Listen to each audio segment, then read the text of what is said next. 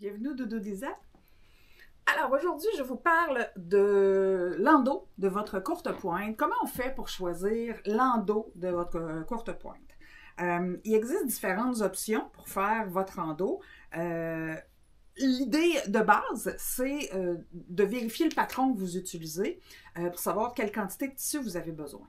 Et un peu comme pour le molleton, on va avoir notre endroit, on va laisser un 2 pouces, 3 pouces, 4 pouces sur le tour de notre projet, de notre dessus de courte pointe qui est terminé. Bien, pour l'endos, on va se laisser encore un peu d'espace de plus que le molleton. Alors, quand on va faire le sandwich, on va voir notre endos, on va voir le molleton et on va voir le dessus. Pourquoi? Bien, pour vous assurer que au moment où vous allez piquer, ça crée toujours un certain rétrécissement, mais qu'il va rester suffisamment de molleton et d'endos pour être en sécurité. Il n'y a rien de pire que d'arriver puis qu'il nous manque là, un quart de pouce et on soit obligé de piécer alors qu'on avait l'intention, excusez-moi, d'avoir un endos qui soit en une pièce. Alors, donnez-vous un jeu pour vous assurer d'avoir ce qu'il faut. Alors, quel tissu on choisit? Moi, je recommande toujours aux gens d'acheter de faire le choix de votre endos au même moment que vous choisissez vos tissus pour le dessus. Pourquoi? Parce que ça vous permet d'aller...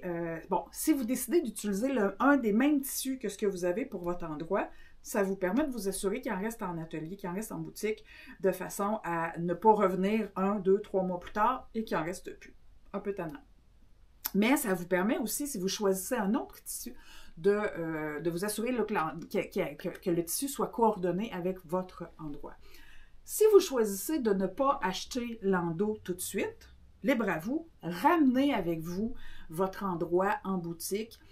Ça va être la meilleure façon d'avoir les couleurs les plus coordonnées possibles. Si vous achetez un kit de courte pointe là, où vous avez l'ensemble des tissus, c'est normal en général qu'on ne vous fournit pas le tissu pour faire l'endos. Alors, il faut toujours penser à acheter l'endos par-dessus le prix du kit que vous auriez acheté.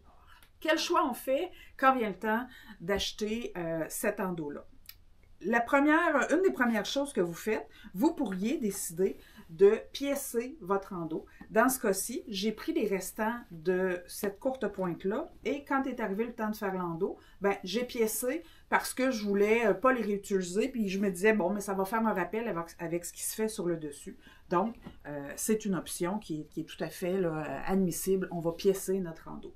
Une autre des options, c'est d'acheter les tissus de la collection avec lesquels on travaille, on fait notre projet.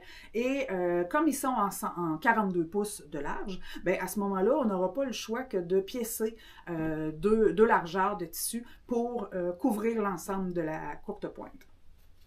Il existe aussi des tissus qu'on appelle en 108. Alors, un 108, c'est quand vous l'achetez, la largeur de tissu est pliée en 4.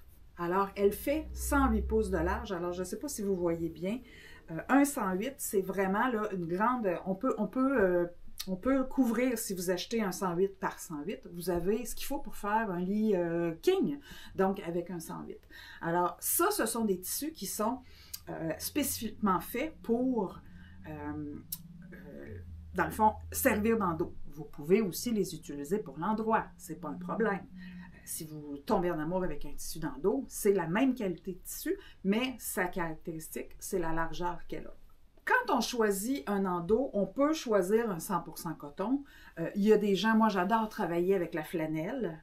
La flanelle donne un petit côté confortable à la courte pointe, donne un petit côté douceur, chaleur que j'aime énormément. Moi j'adore travailler avec la flanelle. Vous pourriez travailler avec un coton. Il y a des gens qui travaillent avec des mini-polars, donc c'est au niveau de l'épaisseur que vous devez faire attention parce qu'évidemment, plus vous ajoutez d'épaisseur, bien plus le piquage va être difficile. Mais il existe donc des tissus qui sont spécialisés pour l'endos, entre autres les flanelles.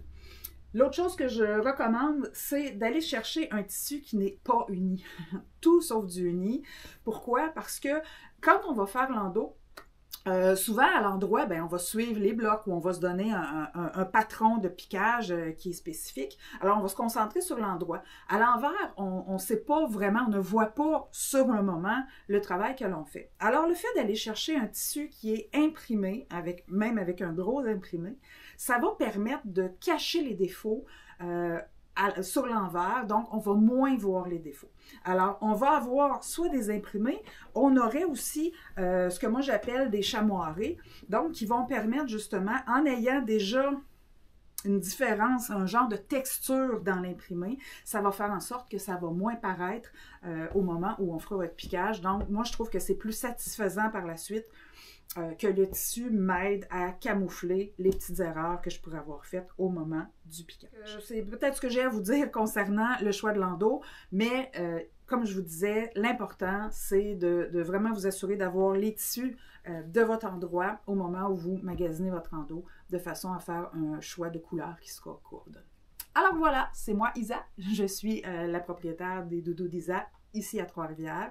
Si ce n'est pas déjà fait, cliquez sur les boutons pour me suivre et puis venez nous voir en atelier boutique 123-35 Boulevard des Forges à Trois-Rivières. Au plaisir!